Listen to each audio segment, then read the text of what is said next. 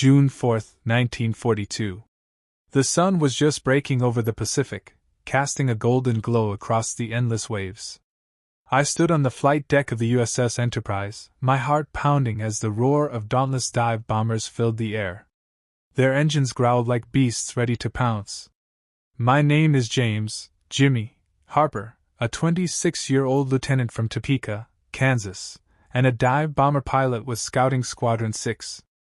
I'd earned my wings just a year earlier, after graduating from the Naval Academy in 1939.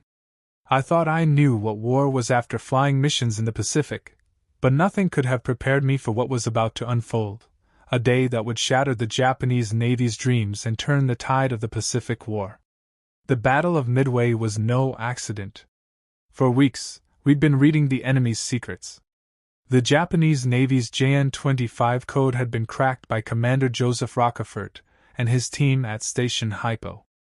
We knew Admiral Isoroki Yamamoto's grand plan: lure our carriers into a trap, capture Midway Island, and crush the U.S. Pacific Fleet. For Japanese carriers, Akagi, Kaga, Soryu, and Hiryu, the same ships that had obliterated Pearl Harbor 6 months earlier, were steaming toward us, 200 miles northwest of Midway. They carried 248 aircraft, piloted by the world's most seasoned aviators. Their crews were confident, their ships invincible. Or so they thought. What they didn't know was that we were waiting, ready to spring an ambush that would change history. At 0400 hours, the ready room on the Enterprise was a haze of cigarette smoke and tension. Our Air Group Commander, Lieutenant Commander Wade McCluskey, stood before us, his voice steady but urgent. "Gentlemen," he said, pointing to a map, "the Japanese carrier force is here, northwest of Midway. 4 carriers, Akagi, Kaga, Soryu, and Hiryu, supported by battleships, cruisers, and destroyers. These are the core of their Kido Butai, their mobile strike force. Akagi and Kaga each carry over 60 planes. Soryu and Hiryu are faster, just as deadly. They think they'll hit Midway at dawn and catch us off guard. But we know their every move." The plan was simple but brutal. The Japanese would launch their strike on Midway at 0430, leaving their carriers vulnerable as they recovered and rearmed aircraft. That's when we'd hit them, hard. Our torpedo bombers from Hornet, led by Lieutenant Commander John Waldron, would go in first, drawing their Zero fighters low. Then our dive bombers would strike from above. The weather was perfect, light southeast winds, scattered clouds at 500 feet, ideal for diving. My squadron mates sat around me, some veterans of earlier raids, others facing their first combat. The Japanese Zeros were faster, more agile than our F-4F Wildcats. Their pilots had years of experience, some from fighting in China since 1937. We were outnumbered, outgunned, and flying at the edge of our fuel range, 175 miles out and back, with barely any reserve. Failure wasn't an option. By 0600, the Enterprise's flight deck was a whirlwind of activity.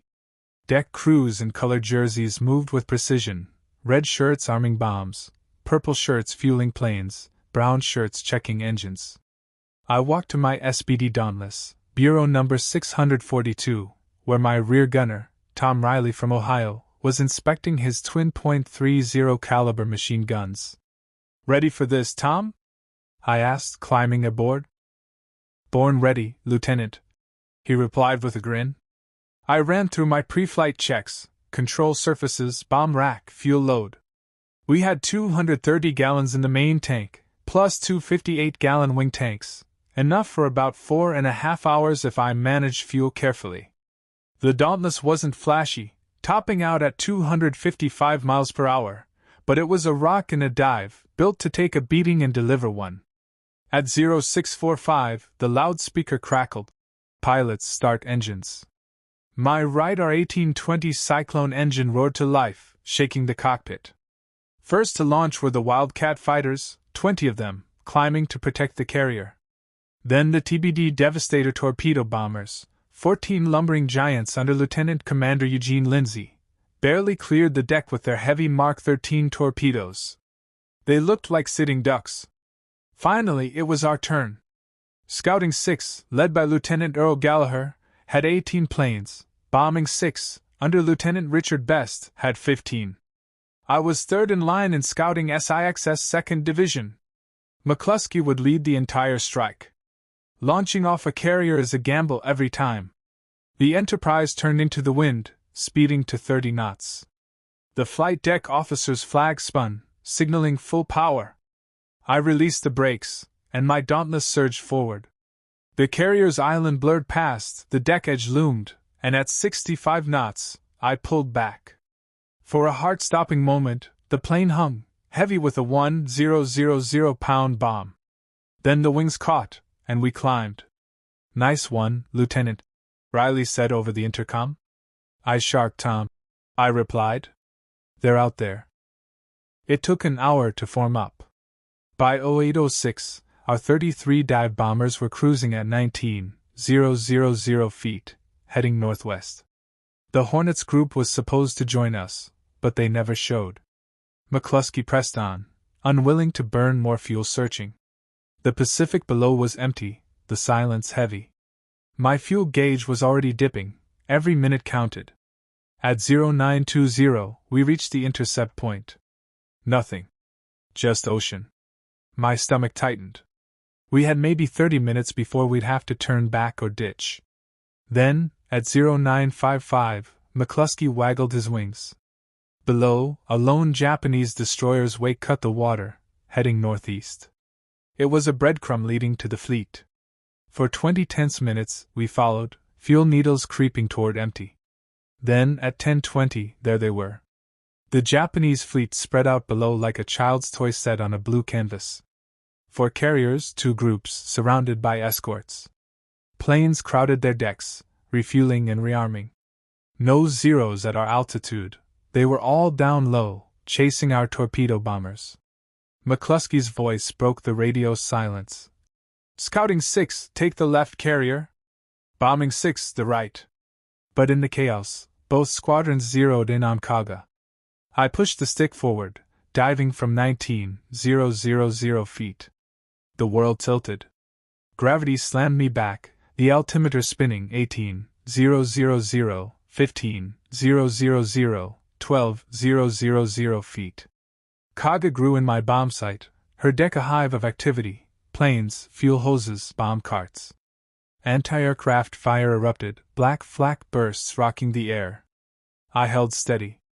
At 10,000 feet, I saw her crew scrambling, guns swiveling. At 2,500 feet, I released my bomb and pulled up, 9GS crushing me into the seat, vision graying. The Dauntless groaned but held. "Direct hit!" Riley shouted. I banked left, watching my bomb slam into Kaga's forward elevator. Flames erupted, a fireball swallowing planes and crew. Gallagher's bomb hit aft, others struck amidships. In seconds, Kaga was a blazing wreck. Across the fleet, Dick Best saw the mistake and peeled off with 2 wingmen for Akagi. His 1,000-pound bomb pierced her deck, detonating in the hangar among armed planes. Akagi became a furnace. At 10:22, Yorktown's dive bombers hit Soryu, 3 bombs tearing her apart in 30 seconds. A pillar of fire shot skyward. 3 carriers were dying in minutes. Pulling away, I saw hell below. Kaga was a volcano, explosions rippling through her. Her forward elevator, a massive steel slab, was blown skyward, crashing into the sea. Akagi burned bow to stern, her deck warping. Soryu listed, gutted, sinking fast with over 700 men. Hiryu, hidden in a rain squall 10 miles north, escaped, for now. But Zeros were coming. 3 o'clock high! Riley yelled, his guns blazing. 2 Zeros dove, tracers streaking past. I pushed into a dive, using the Dauntless' speed to escape. Riley's guns went quiet. "Tom, you okay?" "Hit, but alive," he groaned. "Got one." A Zero spun into the sea, trailing smoke. The flight back was a race against fuel. My gauge read empty, but I leaned the mixture, coaxing every last drop. Around me, Dauntless limped home, some smoking, others ditching. The radio crackled with desperate calls. Engine out, going down. Enterprise appeared on the horizon, her deck ready. Emergency fuel, request immediate landing, I radioed. Number 4, came the reply. My engine sputtered, then quit. Dead stick. I glided in, aiming for the third wire. The landing signal officer waved me down. Wheels hit, bounced, then caught.